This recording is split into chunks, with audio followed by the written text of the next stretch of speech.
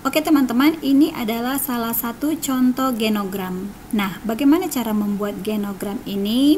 Mari kita belajar bersama-sama.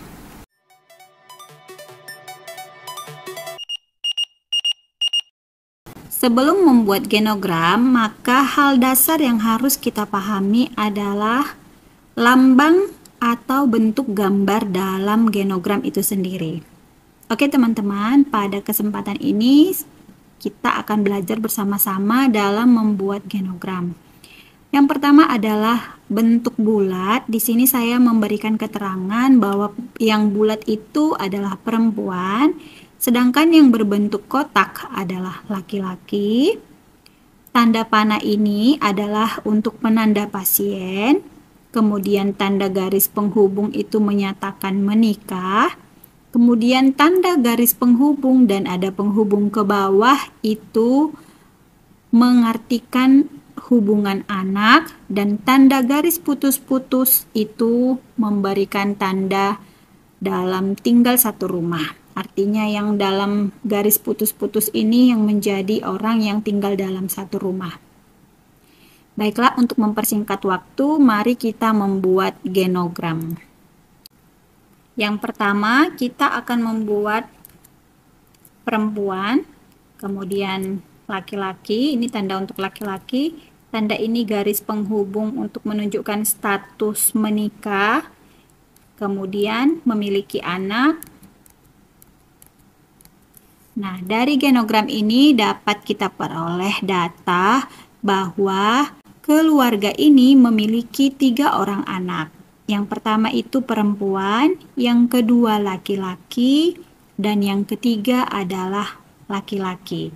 Baik, selanjutnya kita akan membuat genogram keluarga yang kedua. Perempuan, laki-laki, tanda menikah, kemudian memiliki anak. Dari genogram kedua ini diperoleh data bahwa dari pasangan ini memiliki 1, 2, 3, 4, 5 orang anak, di mana anak pertama adalah perempuan, anak kedua perempuan, anak ketiga laki-laki, anak keempat perempuan, dan anak kelima adalah laki-laki. Nah, selanjutnya kita akan membuat untuk generasi ketiga. Di sini saya langsung buat panah, artinya di sini adalah bahwa ini yang menjadi pasien. Kita akan membuat generasi ketiganya, yaitu bahwa pasien ini menikah dengan suaminya yang menjadi paling kecil di keluarganya. Maka dapat diperoleh data dari sini bahwa pasien merupakan anak pertama dari 3 bersaudara, menikah dengan suaminya yang terdiri dari 5 bersaudara. Kemudian kita akan membuat penanda untuk anak-anak pasien. Nah, dari sini dapat data bahwa si pasien ini memiliki 2 orang anak. Yang pertama adalah anak laki-laki dan yang kedua adalah anak perempuan. Selanjutnya kita akan mengkaji siapa yang tinggal satu rumah dengan pasien. Misalkan teman-teman, jika yang tinggal satu rumah dengan pasien itu adalah dia sendiri, maka teman-teman cukup membuat garis putus-putus di antara pasien ini sendiri. Contohnya seperti ini. Nah, garis putus-putus ini mengartikan bahwa yang tinggal satu rumah dengan pasien hanya dia sendiri. Jika pasiennya hanya tinggal sendiri, apabila pasien tinggal dengan orang lain, misalnya dengan suami atau anaknya, maka kita akan memasukkan seluruh anggota keluarga ke dalam garis putus-putus ini. Contohnya seperti ini. Nah, contohnya seperti ini. Ini ada garis putus-putus. Arti garis putus-putus ini, teman-teman, adalah bahwa yang di dalam garis ini adalah orang-orang yang tinggal satu rumah dengan si pasien. Maka di dalam satu rumah itu ada pasien, ada suaminya, dan ada 2 orang anaknya. Kenapa perlu kita mengkaji orang yang tinggal satu rumah dengan pasien?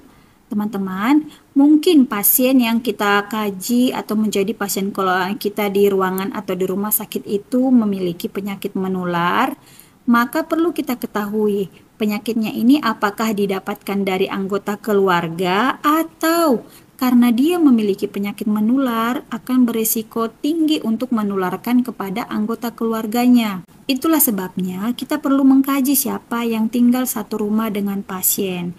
Untuk mengkaji tinggal satu rumah ini juga perlu, sebab untuk perawatan di rumah penting kita ketahui siapa yang tinggal satu rumah dengan pasien untuk proses perawatan lanjut di rumah setelah pasien pulang. Baiklah teman-teman, itu dia penjelasan singkat tentang cara membuat genogram. Jangan lupa teman-teman harus paham dulu tentang lambang atau istilah ini ya, sehingga teman-teman boleh membuat genogram untuk pasien.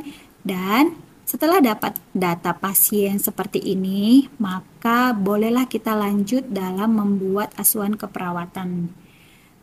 Untuk belajar membuat genogram ini, teman-teman boleh mulai dengan membuat genogram diri sendiri. Misalnya, teman-teman berapa bersaudara, tinggal dengan siapa di rumah. Teman-teman boleh melatih dengan membuat genogram sendiri. Itu saja yang boleh saya jelaskan tentang pembuatan genogram. Apabila ada yang kurang dipahami atau yang ingin diberikan masukan atau saran, silahkan ketik di kolom komentar ya.